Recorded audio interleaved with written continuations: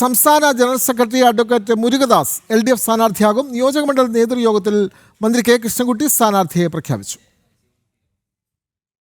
തുടർച്ചയായി 20 വർഷം കോൺഗ്രസ് ഭരിച്ച ചിറ്റൂരിൽ കഴിഞ്ഞ 10 വർഷക്കാലമായി കെ കൃഷ്ണൻകുട്ടിയാണ് MLA.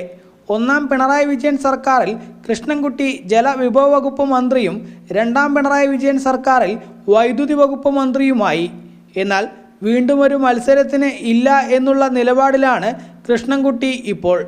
ആരോഗ്യ പ്രശ്നങ്ങൾ ഉൾപ്പെടെ വ്യക്തമാക്കിയാണ് തലമുറ മാറ്റത്തിന് കൃഷ്ണൻകുട്ടി തയ്യാറായിരിക്കുന്നത്. ISJD നിയോജക മണ്ഡലം നേതൃയോഗത്തിൽ മന്ത്രി കെ കൃഷ്ണൻകുട്ടി അഡ്വക്കേറ്റ് മുരുകദാസിനെ സ്ഥാനാർത്ഥിയായി പ്രഖ്യാപിച്ചു. ISJD സംസ്ഥാന ജനറൽ സെക്രട്ടറിയാണ് മുരുകദാസ്.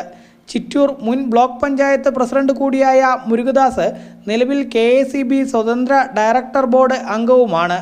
സംസ്ഥാനത്ത് തന്നെ ജനതാദളിൻ്റെ സാന്നിധ്യമുള്ള അപൂർവം ഇടങ്ങളിൽ ഒന്നാണ് ചിറ്റൂര്.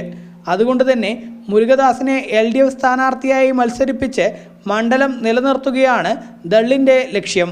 എന്നാൽ കൃഷ്ണൻകുട്ടി തന്നെ മത്സരിക്കണമെന്ന നിലപാടാണ് മുഖ്യമന്ത്രി പിണറായി വിജയന് ഉള്ളത്.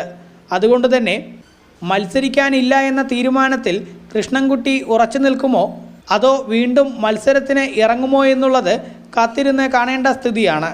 അതേസമയം കോൺഗ്രസും BJPയും ചിറ്റൂരിൽ ഇത്തവണ യുവാക്കളെ തന്നെ മത്സരത്തിനിറക്കുമെന്നാണ് വിവരം.